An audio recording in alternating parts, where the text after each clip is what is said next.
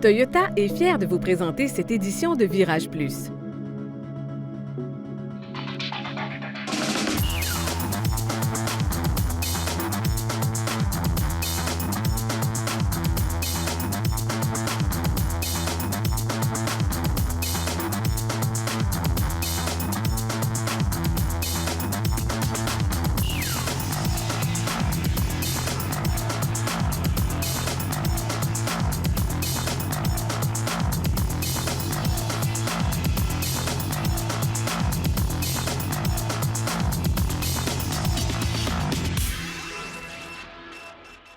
Bienvenue à Virage Plus. Aujourd'hui, la voiture vedette, la toute nouvelle Toyota Camry 2018. Et pour nous en parler, comme à l'habitude, je reçois Romaric Lartilleux de Toyota Canada. Bienvenue à Virage Plus. Merci, Daniel. Alors, Romaric, on va parler de cette toute nouvelle voiture, cette nouvelle Camry 2018. Nouvelle voiture, c'est entièrement une nouvelle voiture. Et d'entrée de jeu, Romaric, je vais te parler de cette nouvelle génération, qui est la 8e génération. Si je la regarde et que je la compare avec la 7e génération, je pense que c'est une des premières fois où on voit vraiment une grosse différence entre les deux générations. C'est vrai qu'il y a plus de différences qu'il y a eu dans le passé entre deux nouvelles générations de Camry. Enfin, en tout cas, entre la 2017 et la 2018, on voit vraiment la différence au niveau du style qui est plus marquée que sur les générations d'avant. Avant, on était un peu plus conservateur. Là, on a osé pour cette nouvelle génération. Voilà, on était plus dans la continuité avant. Là, c'est vraiment une grosse transformation. Alors, tu vas nous la faire découvrir de fond en comble et on a beaucoup d'informations pour les gens sur cette nouvelle génération. Mais il faut faire un peu la genèse de la Camry. Il faut regarder un peu dans l'histoire. C'est une voiture à succès pour vous. Il y a eu plusieurs générations. Je pense qu'on va avoir quelques petits sourires, mais il faut parler un peu de l'historique de cette Camry. Oui, tout à fait. La Camry, c'est vraiment une des voitures les plus emblématiques chez Toyota. On a 18 millions d'unités, 18 millions vraiment, qui ont été construits depuis 1983. Et la voiture, elle est fabriquée dans 10 usines dans le monde, donc vraiment un peu partout dans le monde. Si on regarde la première génération, elle a été lancée en 1983. Elle a remplacé la Corona. Alors, ça nous rappelle des vieux souvenirs, mais c'était il y a longtemps. Et c'était la première Toyota à traction avant pour l'Amérique du Nord. Donc, à l'époque, la Camry, c'était une nouveauté avec cette traction avant. C'est quand même quelque chose. Il y avait des versions berline et liftback, donc avec le haillon. Et puis, elle existait en diesel aussi. C'était intéressant de le remarquer. Et la voiture a été fabriquée au Japon. Donc, première génération de Camry fabriquée au Japon. Et on ne peut pas dire que le style était très excitant. C'était d'époque, très carré à l'époque, beaucoup moins arrondi que par la suite, mais c'était ce qui était à l'époque. Et la deuxième génération est arrivée en 87. En 87, voilà, avec une voiture un peu plus arrondie, un peu plus grande, une voiture qui était disponible aussi en familial, en station wagon, avec un moteur 6 cylindres, première fois pour une Camry, et puis aussi une version 4 roues motrices. Donc on a eu une Camry 4 roues motrices à une époque au Canada, donc ça remonte à la fin des années 80. À chaque nouvelle génération, on demande est-ce que vous avez une 4 roues motrices? Non, c'est pas prévu, non, c'est pas prévu. Et pourtant, ça a déjà existé sur la Camry. Et 87, je pense que c'est vraiment la génération qui a lancé la Camry en Amérique du Nord. Oui, tout à fait. Là, une des raisons, c'est que cette deuxième génération a été fabriquée en Amérique du Nord, aux États-Unis, dans une usine Toyota au Kentucky, TMMK, qui est devenue par la suite la plus grande usine Toyota en Amérique du Nord. Autre génération, la troisième en 92, celle-là encore a continué le succès lancé en 87. Alors oui, c'est vrai que cette troisième génération, elle a grandi en taille, elle est devenue plus grosse que la version japonaise. Auparavant, les deux premières générations étaient identiques pour la version japonaise, la version nord-américaine, alors que cette Camry de troisième génération a été spécifiquement dessinée pour l'Amérique du Nord, donc plus grosse, avec des moteurs plus gros. Plusieurs carrosseries disponibles, puisqu'on a eu un coupé qui a existé avec 2 portes, et puis aussi une familiale qui disposait de 7 places, et puis des moteurs un peu plus puissants aussi, moteur 4 cylindres, 2.2 litres et un V6 de 3 litres. C'était ce qu'on a appelé la deuxième voiture mondiale après la Corolla, parce que vraiment à cette époque-là, les ventes ont explosé et elle est devenue vraiment une voiture mondiale. Et là, tu viens de me parler d'une familiale, d'une 4 roues motrices. On n'est même pas en l'an 2000 et il y avait déjà toutes ces versions-là disponibles. Voilà, alors ça existait à l'époque où il n'y avait pas beaucoup de véhicules. Les VUS n'existaient pas, les minivans, les mini-fourgonnettes n'existaient pas non plus. Il y en avait très peu. Donc c'est vrai qu'à cette époque-là, c'était des véhicules familiaux. Et même le diesel. Puis là, aujourd'hui, on voudrait tout réavoir ça. Là. On voudrait avoir ces caractéristiques-là dans une nouvelle voiture, du diesel, du familial, du 7 passagers. Mais on a d'autres produits, d'autres solutions maintenant. Et voilà. Autre génération, celle-là, c'est la 4e génération, 97 à 2001. Voilà, alors cette Camry, elle a été disponible uniquement avec une version de carrosserie, une berline. C'était une voiture qui était disponible aussi avec une boîte manuelle sur la version CE, donc une version qui était d'entrée de gamme, qui n'existe plus aujourd'hui. Et puis vous vous souvenez peut-être qu'ensuite il y a eu des versions coupées et décapotables, mais qui se sont appelées Camry Solara au départ, et puis ensuite uniquement Solara. Oui. Donc qui était dérivé de cette Camry. Oui, c'était des belles voitures. Un peu inspiré à la Lexus au niveau du design. Un petit peu, oui. On a voulu mettre un style un petit peu plus luxueux sur ces véhicules-là. Un certain succès. 5e génération. 5e génération, alors cette fois-ci, il y avait uniquement une carrosserie de berline à nouveau, plus de version familiale. C'était une voiture qui était plus aérodynamique que les précédentes, avec un coefficient aérodynamique de 0,28, donc vraiment très bon. Et puis, elle était basée sur la même plateforme que le Highlander, la première génération de Highlander, qui était dérivée de cette 5e génération de Camry. Et puis, c'est la première fois aussi qu'on a eu une version sportive, la version SE, avec une carrosserie un peu différente, un moteur V6 3.3 litres, un peu plus puissant aussi. Et puis, il y a eu une deuxième génération de Solara qui a été basée sur cette génération de Camry. Sportive, hein? Voilà. Tu m'avais dit sportive, ça, sportive. Sportive, tout à fait. Okay. À 2007, à 2001, la 6e génération, là, on rentre dans l'ère moderne de la Camry pour la 6e génération.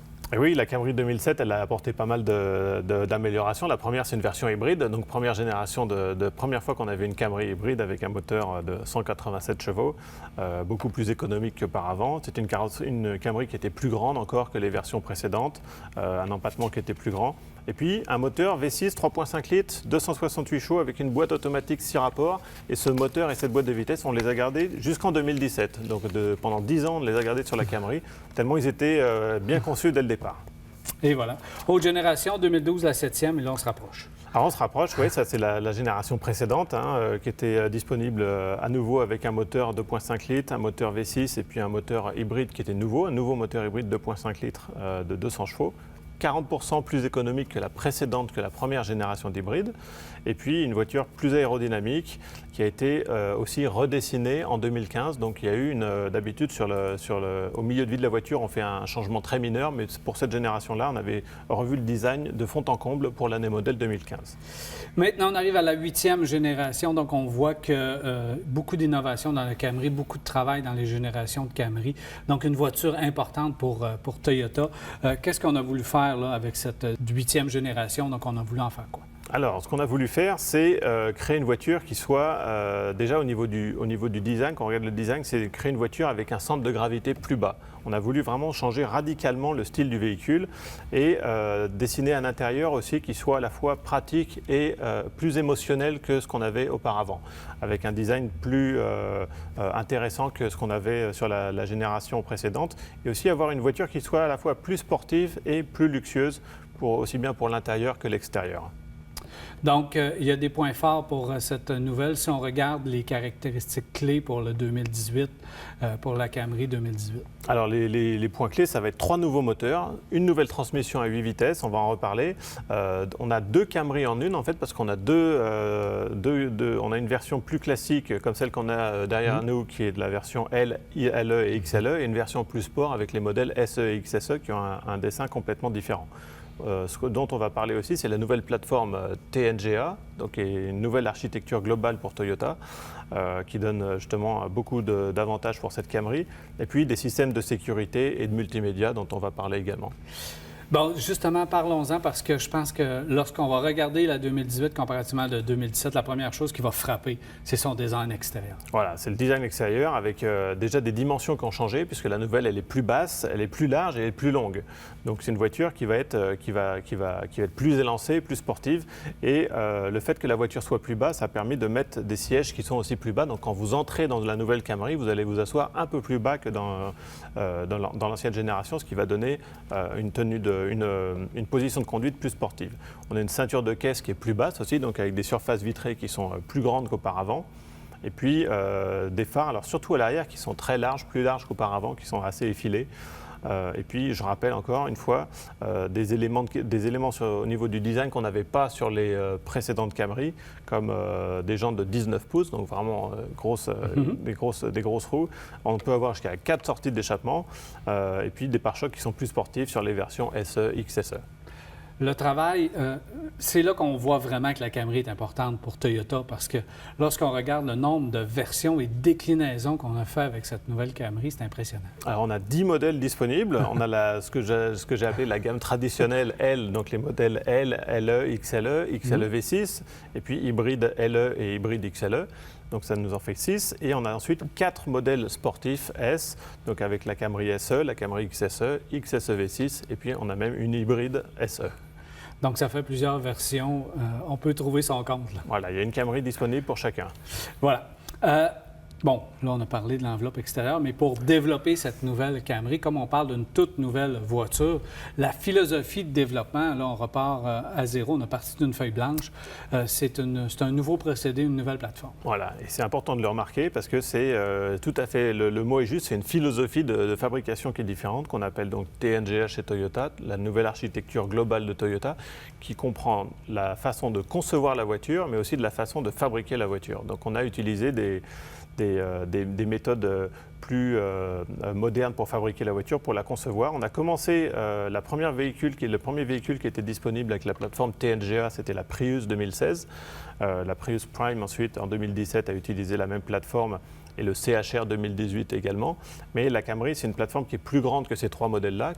Donc, ce n'est pas la même plateforme. C'est important de le mentionner. Ce n'est pas tout à fait la même plateforme. Voilà, c'est la même façon de concevoir le véhicule TNGA, mais ce n'est pas la même plateforme, puisque la Camry est un véhicule plus grand. Donc, on va dire que TNGA, c'est vraiment une façon de développer les véhicules. OK. C'est une nouvelle plateforme. Et les avantages, évidemment, de cette plateforme? Les avantages, si on prend l'exemple de la Camry, ça va être une voiture qui va être plus rigide. Donc, la structure de carrosserie est 30% plus rigide. Le centre de gravité est plus bas, donc ça améliore la tenue de route.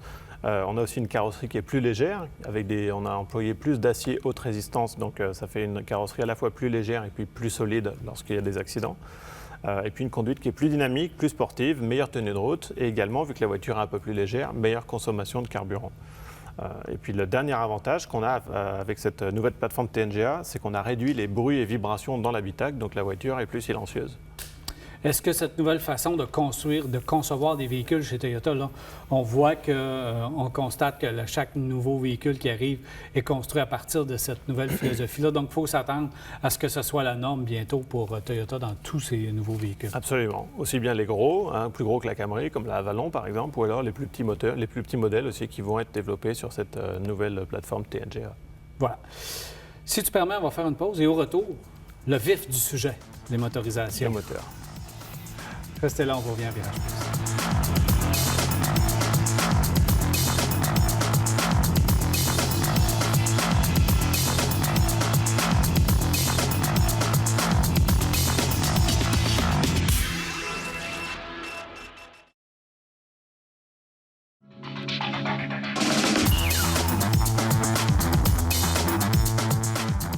Voilà de retour à Virage Plus, toujours en compagnie de Romaric Lartieux de Toyota Canada. Alors, Romaric, nous sommes rendus à la portion importante. Pas que les autres ne sont pas importantes.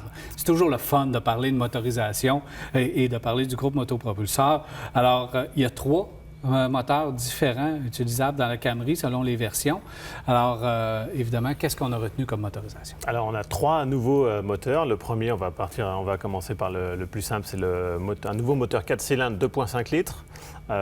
Qu'on appelle à force dynamique, qui est un tout nouveau moteur pour cette Camry, un moteur TNGA. Et puis là, j'aimerais insister sur un point, c'est qu'on n'a pas de turbo dans ce moteur. On a choisi de conserver un moteur avec une cylindrée plus grande, donc 2,5 litres, plutôt que passer sur un plus petit moteur avec un moteur turbo, par exemple, parce que chez Toyota, on pense qu'utiliser des moteurs comme ça revient moins cher déjà, ça permet de conserver le coût de la voiture assez bas, et puis la fiabilité à long terme est meilleure quand on n'utilise pas il y a moins de pièces en mouvement dans le moteur, donc il y a moins de risque de casse à long terme. Et c'est de la fiabilité éprouvée, c'est des motorisations, même si on change quelques petites affaires, c'est des motorisations éprouvées chez Toyota. Tout à fait, oui. Vous savez que chez Toyota, c'est une grande qualité, la fiabilité des véhicules. La nouvelle Camry va continuer dans ce chemin-là. On a des bonnes technologies sur ce nouveau moteur, on va voir ça. On a une technologie de double injection qu'on appelle D4S chez Toyota, donc ça fait un certain temps que ça existe, ça fait pratiquement 10 ans. Et D4S, c'est tout simplement, on a une injection directe, mais aussi une injection classique, donc on a a 2 injecteurs par cylindre, qui permet de garder une bonne consommation de carburant et aussi d'avoir une bonne fiabilité, puisque lorsqu'on a des moteurs qui sont à simple injection directe, parfois il y a un encrassement au niveau des soupapes. Le fait d'avoir la double injection permet d'éviter ce problème. Et vous l'aviez déjà utilisé par le passé. Alors, donc ça, c'est bien, c'est bien important de le mentionner. Oui, tout à fait. Ça fait longtemps que ça existe chez Lexus et puis chez Toyota également. OK. On a des technologies comme une distribution à calage variable intelligent, électrique cette fois-ci, donc c'est ce qu'on appelle VVTi chez Toyota. Cette fois-ci, c'est VVTiE parce que c'est électrique, donc c'est une amélioration qui va permettre aussi de gagner un peu d'efficacité. Et puis le rendement du moteur, l'efficacité thermique du moteur, elle est de 40%, ce qui est un des meilleurs rendements pour un moteur essence sur le marché. Donc ce moteur de 2,5 litres, il va développer 203 chevaux sur la version LE, un peu plus sur la version XSE parce qu'il y a 4 échappements, donc on arrive à 206 chevaux sur la XSE. Mais ça fait 25 chevaux de plus que l'ancien moteur 2,5 litres. Et quand vous regardez les consommations de carburant, on est à une consommation combinée de 6,9 litres au 100. Et ça, c'est 15% de moins qu'avant. Donc on a à la fois plus de puissance et des meilleures consommations par rapport à avant. Donc ça, c'est assez impressionnant. Et comme boîte de vitesse? Et on a une toute nouvelle boîte automatique avec 8 vitesses, donc une boîte TNGA également sur ce moteur. Cette même boîte de vitesse, on va la retrouver sur le moteur à 6 cylindres. Voilà pour ce 4 cylindres. Et l'autre moteur, et ça, c'est... J'ai été étonné, moi, quand j'ai appris que Toyota allait toujours offrir un 6 cylindres. Dans sa voiture. Je me suis dit, alors qu'on tend à éliminer de plus en plus les 6 cylindres, vous faites le choix inverse, c'est-à-dire d'y aller avec un V6. Oui, et la raison principale, c'est déjà parce que les clients aiment les V6. Lorsqu'on conduit un V6, il y a un plaisir de conduite, il y a une douceur de fonctionnement qui bat à n'importe quel 4 cylindres. Donc vraiment, c'est déjà une demande de la part des clients de conserver des 6 cylindres.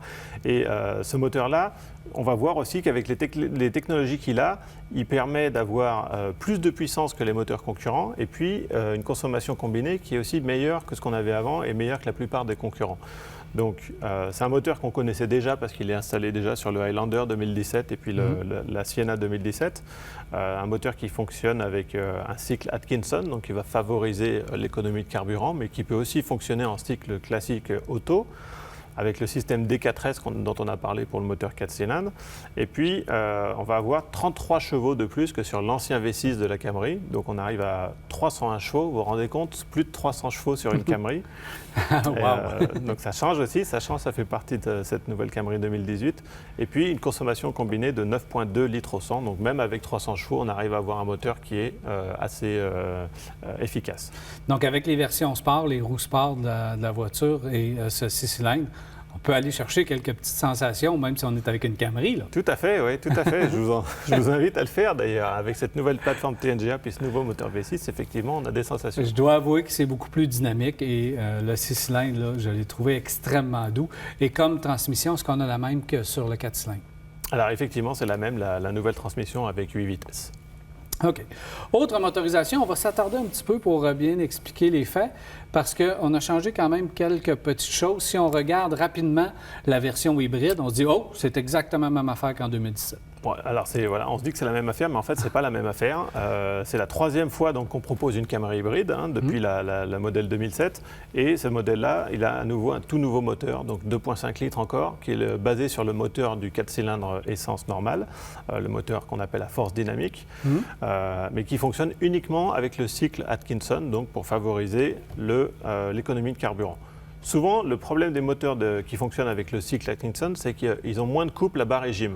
Donc, c'est-à-dire que c'est des moteurs qui ne sont pas très coupleux. Mais étant donné qu'on a un modèle hybride, là, on a le moteur électrique qui est là pour apporter beaucoup de couple à bas régime. Donc, c'est pour ça qu'on peut utiliser ces moteurs qui fonctionnent uniquement en cycle Atkinson.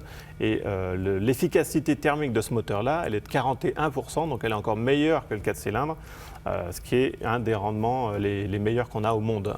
Absolument, pour un véhicule comme ça, c'est vraiment impressionnant. Et le fait qu'on diminue, le cycle Atkinson, c'est qu'on diminue un peu la puissance d'origine du moteur, justement pour qu'il brûle mieux les gaz, qu'il respire un peu mieux et évidemment qu'il consomme moins. Ce cycle Atkinson a été prouvé depuis fort longtemps.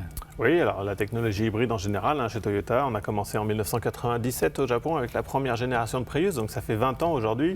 Il y a plus de 10 millions d'hybrides qui ont été vendus dans le monde, donc ce n'est pas une nouvelle technologie. Ça aussi, il faut bien rassurer tout le monde sur les véhicules hybrides.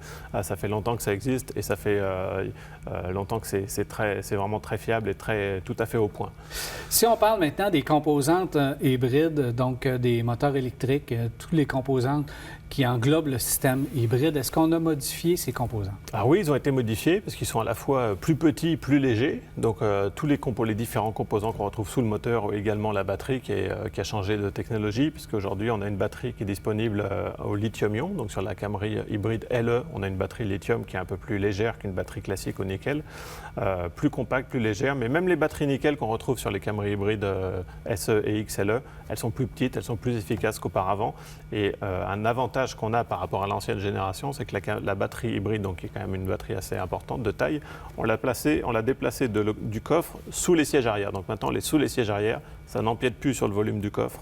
Donc on a plus de volume de coffre qu'auparavant, puisque sur la hybride, on a 427 litres au lieu de 370 litres sur la Camry précédente. Deux avantages majeurs, centre de gravité qui est mieux réparti dans Absolument. le véhicule, le poids, donc répartition du poids est mieux réparti dans le véhicule, et on peut avoir des bancs rabattables. Et voilà, on peut rabattre les bancs, tout à fait, on peut rabattre les bancs, et on a une ouverture qui est plus importante que dans le passé, donc c'est vraiment un véhicule qui est plus facile à utiliser, plus convivial. Les moteurs, justement, et transmissions, les moteurs électriques surtout, et transmissions, est-ce qu'on a modifié des choses de ce côté? On a changé. Alors la transmission, c'est toujours une transmission CVT, donc avec une transmission à variation continue, donc qui fonctionne sur le même principe que le précédemment. Par contre, on a 6 rapports simulés. Donc on a en fait la possibilité de rétrograder. Je dis rétrograder entre guillemets parce qu'on n'a pas vraiment de vitesse sur ces transmissions-là, mais on peut simuler un rétrogradage et vous pouvez passer 6 différents rapports. Donc vous pouvez avoir plus ou moins de frein moteur lorsque vous freinez, par exemple. Et la consommation reste encore excellente, même on a amélioré encore.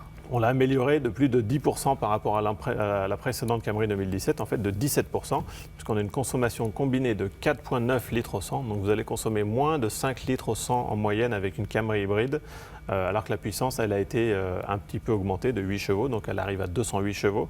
Et on arrive pratiquement à des consommations de la consommation de la Prius, qui est de 4,5 litres au 100, donc vraiment très très bonne pour un véhicule de cette taille-là.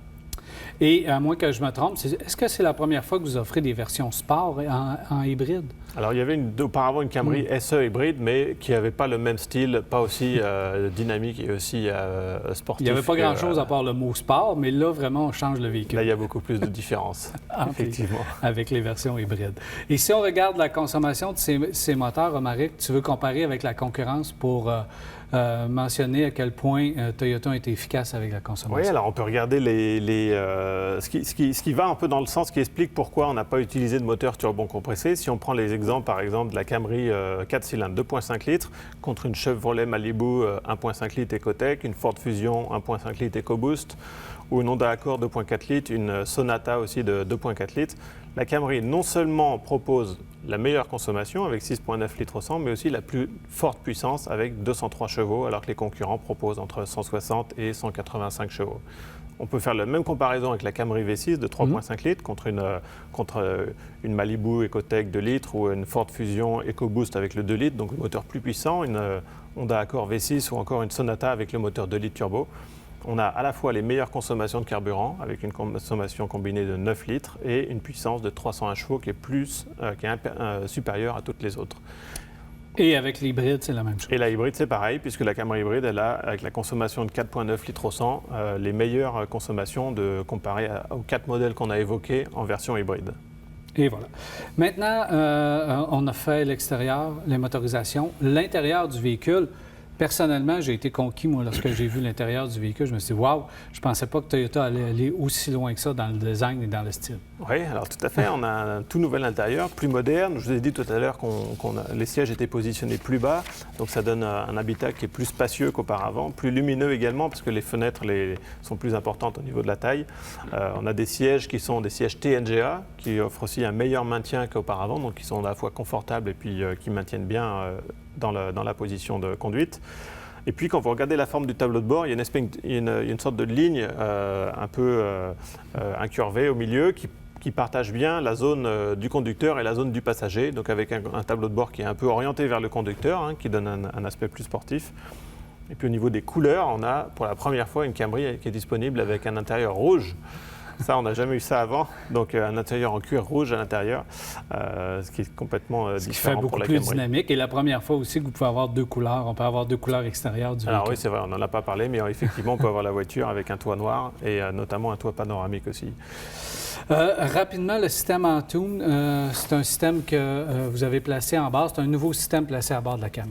Oui, alors c'est un nouveau système multimédia qui permet plus de connexion entre son téléphone intelligent et le véhicule. Vous savez que de plus en plus, c'est ce que les clients demandent. Ils veulent arriver dans un véhicule, brancher le téléphone et puis que le téléphone communique avec la voiture, notamment pour le système de navigation. Alors ce qu'on appelle Entune 3.0 chez Toyota, c'est la première fois qu'on l'a chez Toyota au Canada.